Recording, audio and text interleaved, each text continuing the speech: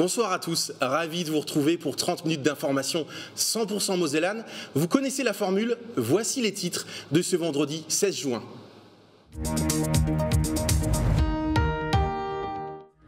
Coup de projecteur sur le site du Damier Vert, une plateforme de recherche agronomique installée depuis 2022 et pour 3 ans à Sillény. Nous partirons ensuite à Sarrebourg, une ville en pleine mutation. C'est le grand format de la rédaction. Enfin, le zoo d'Amnéville rivalise toujours un peu plus d'ingéniosité avec une nouvelle aire de jeu rafraîchissante. Emma Facchetti nous la fera découvrir. Et puis ce week-end, préparez les merguez, les brochettes et sortez les barbecues.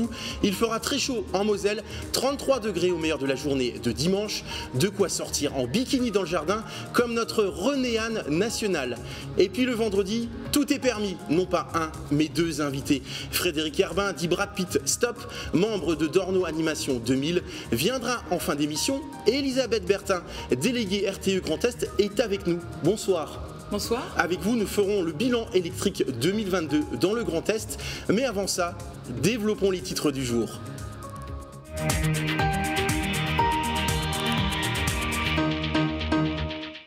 Et commençons par cette mauvaise nouvelle pour Courtepaille.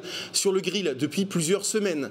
En redressement judiciaire, l'enseigne avait été rachetée en 2020 par le groupe TDR qui détient Buffalo Grill, mais cela n'a pas suffi à faire revenir la clientèle. Le groupe La Boucherie devrait reprendre 82 restaurants sur les 135 que compte la France. Ceux de Moselle ne sont pas concernés par une reprise. Les 2 établissements de Metz et celui de Thionville ferment définitivement. On retrouve Jérémy Faurobert devant celui de Thionville. Jérémy, je présume que cette annonce est particulièrement dure à avaler pour les salariés. Ferme la boutique. Les 8 employés de ce Courtepaille ont servi hier leur dernier repas dans un mélange de tristesse et de colère.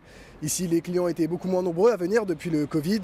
Cette fermeture définitive ici à Thionville, comme dans les 2 autres restaurants de Moselle, précisément à Metz, n'est pas une surprise. L'enseigne était en redressement judiciaire depuis mars.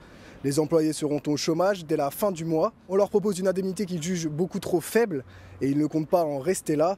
Je vous propose d'écouter Jean-Marc Dillenschneider, derrière le grill depuis 10 ans dans ce restaurant et délégué syndical Courtepaille. C'était assez dur parce qu'on a diffusé la chanson que Oscar Vacances nous a fait gentiment pour les employés. Donc c'était assez difficile à entendre sa chanson. Les clients, il y a eu beaucoup de pourboires. Et ça, c'est comme une famille en fait, c'est ça qui est dur à imaginer. La société TDR, qui est une transaction employeur, ne veut pas nous verser d'un PSE pour ne pas fragiliser les employés de Buffalo Grill. On a pris un avocat qui est M. Thomas Hollande de Paris pour pouvoir obtenir un CSE un peu plus confortable, où on demande à peu près un minimum de 5 000 € par employé. Lundi, les Restos du Cœur viendront récupérer tous les produits congelés afin de limiter au maximum le gaspillage. À l'image de Camailleux ou de Sainte Marina, c'est une nouvelle enseigne emblématique ouverte depuis 1971 qui ferme ses portes. Connaissez-vous le Damier Vert à Sillény? C'est une plateforme d'expérimentation unique en Lorraine, le fruit d'une alliance entre 4 coopératives de Lorraine. Durant 2 jours, plus de 2000 agriculteurs ont pu montrer les résultats de leurs essais sur les semences. Reportage Lucie Philippot. Fructidor, Junior, Pondor, ces mots ne vous disent peut-être rien, ce sont différentes variétés de cultures. Sur cette parcelle de 40 hectares, c'est plus de 1750 micro-parcelles en expérimentation. Par groupe, les agriculteurs ont pu entendre les explications de chaque semence. 4 répétitions des variétés avec un programme fongicide appliqué, donc 2 fongicides. C'est de venir découvrir des nouvelles variétés de blé, voir les essais qui ont été faits pour après appliquer les meilleures solutions sur nos exploitations. Afin de trouver un meilleur compromis économique, écologique aussi. Les essais portent essentiellement sur les problématiques actuelles, les conditions climatiques et la réglementation agricole. 5 cultures y sont répertoriées, comme le colza ou le blé. Cette année, une nouvelle culture entre dans le circuit de visite, le tournesol. L'objectif, c'était surtout de travailler son implantation, parce qu'on sait qu'aujourd'hui, en tournesol, on a quand même beaucoup de problèmes de levée dus aux oiseaux, au gibier, aux taupins, aux noctuels. Et donc l'objectif, c'était de pouvoir travailler un peu là-dessus pour les années futures. Unir les connaissances de chacun sur un même lieu, c'est l'objectif du Damier Vert, ici à Sillény. que chaque coopérative agricole a ses propres travaux de recherche sur sa zone. Mais ici, le but, c'est de regrouper un certain nombre de ces travaux pour présenter aux agriculteurs à quoi ressemble un essai agronomique, pourquoi on le fait et quelles sont les grandes thématiques qui sont travaillées. Les sujets explorés dans ces parcelles doivent répondre aux attentes d'aujourd'hui et de demain pour améliorer la performance des agriculteurs dans un contexte climatique compliqué. Restez branchés sur Moselle TV, il est temps de passer à notre premier invité du jour. Alors Elisabeth Bertin, vous êtes déléguée RTE Grand Est. Nous allons revenir donc sur le bilan électricité 2022 du Grand Est. Un bilan électricité, déjà, ça équivaut aux chiffres en termes de consommation et de production. La première particularité peut-être de la région Grand Est, c'est que cette région produit quasiment 2 fois plus qu'elle ne consomme. Oui, effectivement, c'est une région qui a produit en 2022 1,5 fois plus en fait, que ce qu'elle consomme, à l'instar d'ailleurs du département de la Moselle aussi. C'est vrai que fort logiquement, on peut dire aussi que cette région réussit à être exportatrice vers d'autres régions telles que l'Île-de-France ou la Bourgogne-Franche-Comté. Oui, tout à fait. C'est une région exportatrice, c'est une région qui a une production nucléaire qui a été importante, mais néanmoins, en 2022, dans le contexte énergétique que nous avons vécu, la production nucléaire a baissé de 39% sur la région Grand Est, tout comme la production hydraulique qui a baissé aussi de 12%. Du fait d'une très faible hydraulicité l'année dernière. Alors vous parlez du contexte énergétique, forcément on a en tête le conflit en Ukraine, ça perturbe forcément les habitudes et surtout le bilan électricité de cette année. Oui, tout à fait. Ce bilan a été chahuté, on peut dire. Ça a été une année un peu de tous les records. Il faut se retourner dans les années 80 pour retrouver des années de production équivalentes, ou la sécheresse hydraulique, par exemple, il faut retourner dans les années 76. Est-ce qu'on peut être confiant pour l'avenir ou on peut s'attendre à des résultats, un bilan peut-être encore pire l'année prochaine ?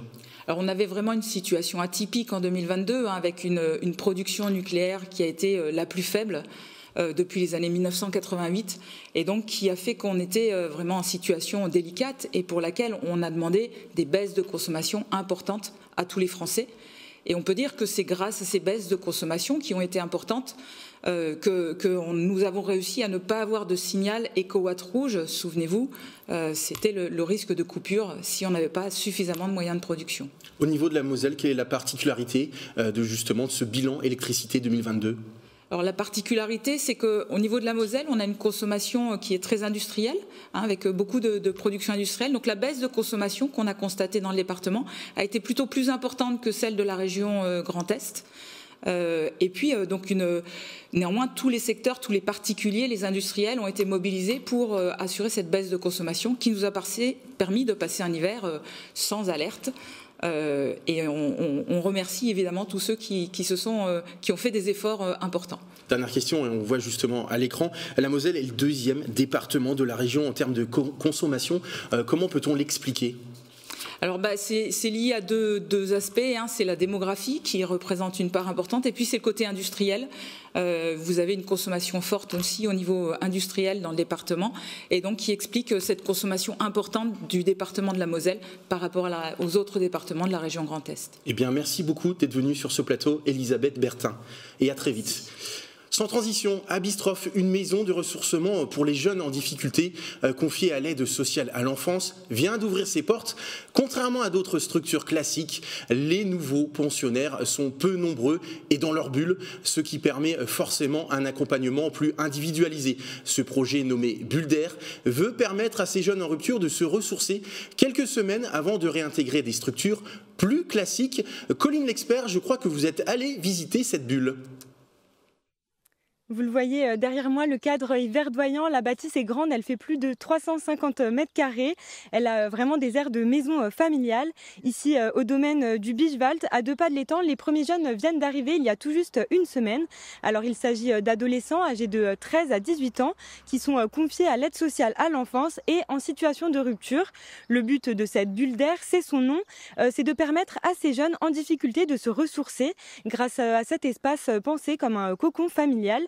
Ici, on fait la cuisine et on mange ensemble. On participe à différents ateliers. Les jeunes accueillis sont là pour une durée de 1 à 4 mois et ils sont 7 au maximum. Je suis avec Philippe Ovas qui est le directeur de Bulle d'air. Philippe, bonjour. Bonjour. Comment est né ce projet ?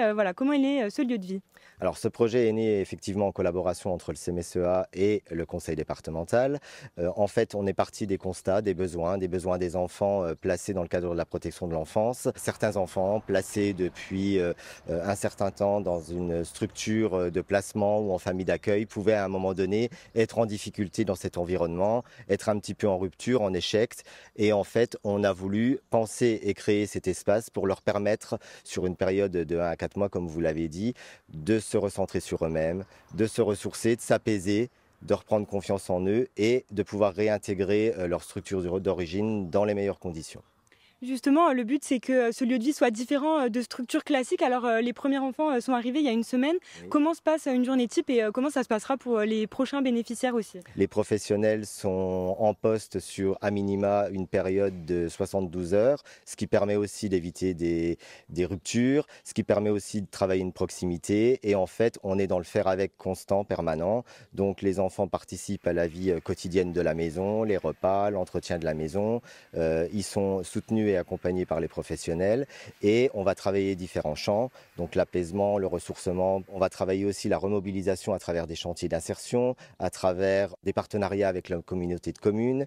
On va également travailler cette remobilisation à travers des modules liés à la citoyenneté, la socialisation. Ce qu'il faut savoir aussi, c'est que chaque projet est pensé et construit en fonction de la problématique de chaque adolescent et c'est vraiment un projet individualisé pour chacun.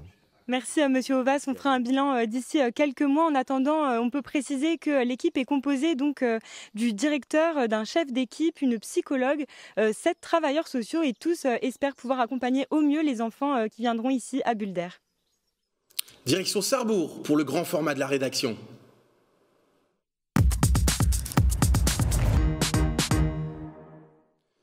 Sarrebourg, 12 500 habitants, ville de Moselle à mi-chemin entre Nancy et Strasbourg. La ville de l'édile Alain Marty se montre particulièrement ambitieuse entre la volonté d'accueillir le Tour de France en 2025 et de transformer en profondeur son centre-ville. Un dernier projet de 15 millions d'euros qui doit courir jusqu'en 2034. Tour d'horizon avec Jonathan Vaucher. Entre Metz, Nancy et Strasbourg, l'agglomération de Sarrebourg compte plus de 15 000 habitants et un bassin d'attractivité en pleine expansion. À 1 heure de l'Allemagne, la commune opère de grands changements pour attirer les voyageurs et conserver ses habitants. Ville de garnison au début du XXe siècle, il reste encore de nombreux vestiges militaires ici à Sarrebourg. Et depuis 20 ans, il laisse place à des grands ensembles de commerces, d'habitation ou comme ici, de loisirs. Et ce n'est pas terminé, la transformation de la ville continue puisque dans les années à venir, ce sont des dizaines de millions d'euros qui seront investis. La transformation de l'écoquartier sur l'ancienne caserne Jérôme va encore continuer pendant les 10 prochaines années. Une dynamique qui s'ajoute à celle du centre-ville, en pleine restructuration pour réduire la place des voitures et détruire les ensembles vétustes. Et la ville engage désormais, avec les collectivités qui sont partenaires, la requalification du centre-ville, donnant, je pense, beaucoup de charme et une nouvelle vie à ce cœur de ville pour retrouver là aussi l'attractivité à l'égard des familles et à l'égard des consommateurs potentiels et aussi des touristes. On est dans une tendance que connaissent la plupart des villes moyennes. On est dans l'opération Action Cœur de Ville. Il y a 5 villes en Moselle qui sont dans cette opération. Notre objectif, c'est d'améliorer le logement sur le centre-ville pour augmenter la population et la qualité des logements. C'est aussi une attractivité de notre centre-ville avec notamment une arborisation forte de la place des Cordeliers. On veut sortir les voitures pour y mettre un aménagement paysager qualitatif, mais c'est aussi autour de cela des rénovations d'îlots qui étaient plutôt en déshérence. La place du marché sera reliée à un nouveau parking en passant par l'ancienne maison SEMA. La place des Cordeliers sera végétalisée et une jonction piétonne sera créée jusqu'au musée en libérant l'espace autour de l'ancienne halle au grain. Coût total des travaux, 15 millions d'euros jusqu'en 2034. Enfin, après la création d'un parking pour la gare SNCF qui accueille 2000 voyageurs par jour, les derniers travaux de la gare routière s'achèvent. Sarrebourg touche plus de 52 000 personnes dans son aire d'attractivité. Et ici, l'immobilier est aussi moins cher que dans le reste de la Moselle, 1 400 € le mètre carré, c'est 1 600 € à la frontière alsacienne. Et quand on parle de la moyenne mosellane, on arrive même à plus de 1 700 € le mètre carré. Pour être reconnu comme carrefour régional, les élus investissent dans le développement de la commune. Au début de mes mandats, je trouvais qu'on était un peu handicapé par l'éloignement par rapport aux grandes métropoles. Aujourd'hui, mais il est vrai que les infrastructures ont suivi, aujourd'hui c'est plutôt une aubaine. Nous sommes au cœur d'un triangle de prospérité qui est formé par les 3 métropoles. Et par exemple, la population de l'arrondissement de Sarrebourg, du pays de Sarrebourg, c'est 60 000 habitants. Mais la zone économique de Chalandise, etc., c'est plus de 100 000. C'est le bassin qui recoupe tous les axes de communication, une grande partie du tissu économique et qui marche main dans la main avec sa périphérie. Et c'est ce qui explique la belle dynamique qu'on rencontre aujourd'hui. Au centre commercial des Terrasses, les travaux avancent aussi. Après l'installation du siège national de Norma, c'est le plus grand chantier de la ville. 15 000 mètres carrés de commerce, de restauration et d'hôtellerie pour l'horizon 2025. Un investissement à 25 millions d'euros qui créera 120 emplois. Il faut qu'on arrive à attirer de nouvelles activités industrielles et à préserver celles qui sont historiquement présentes ici, parce qu'il faut avoir une offre d'emploi, une offre économique qui soit la plus complète possible et qu'on bénéficie de la proximité des différents axes de communication. Je vois, nous avons, nous, la chance d'avoir peu d'évasion de richesse. On est un des territoires en France qui avons un positif, un delta très important en captation de richesse. Ce sont nos habitants qui vont travailler peut-être à Strasbourg, Nancy et Metz, mais qui reviennent chaque soir et qui dépensent leurs revenus, leurs salaires sur notre territoire. Il faut que ces personnes puissent dépenser donc dans des services, dans des prestations, dans de l'habitat de qualité. Nos terrains à bâtir ne sont pas très onéreux. Et cette dynamique se concrétise aussi par l'envie d'être au cœur des grands événements, comme le Tour de France en 2025. Et donc c'est une façon de montrer que nous sommes un territoire dynamique, vivant et qui a envie de s'inscrire pleinement dans un grand événement et assurer ainsi la promotion de l'ensemble de notre territoire. C'est un enjeu qu'on est prêt à relever. On est aussi une terre de vélo, nous avons des associations, nous avons un réseau de pistes cyclables très étendu, en sécurité, etc. Donc voilà. Une belle page à écrire pour 2025. Si l'opération pourrait coûter autour des 100 000 euros, les élus y voient surtout des retombées autant économiques que médiatiques. Sarrebourg compte d'ailleurs profiter de tout son territoire, puisque l'hébergement pourrait se faire à proximité, à Center Parcs. Comme vous pouvez le constater, les épisodes caniculaires se multiplient et les parcs d'attractions ou d'activités tentent de trouver des solutions pour y remédier. Le zoo d'Amnéville dégaine à partir de ce 17 juin un nouveau parcours fraîcheur baptisé Jungle Splash avec la bagatelle de 600 mètres carrés de jet d'eau. Emma Facchetti était comme un poisson dans l'eau.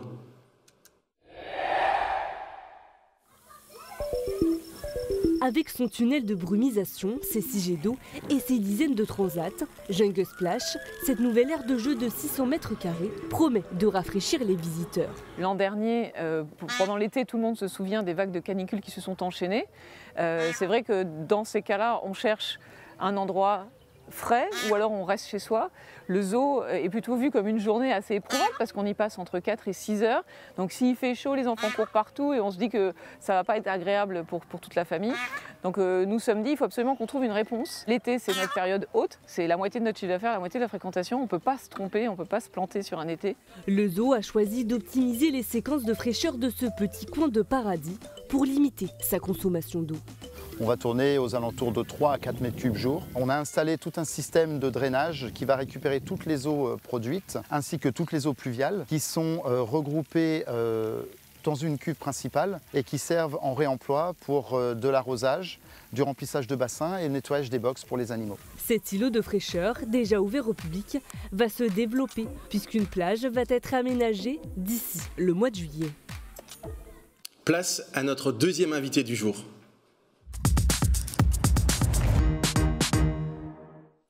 Alors Frédéric Herbin est parmi nous, ou plutôt Brad Pitt Stop.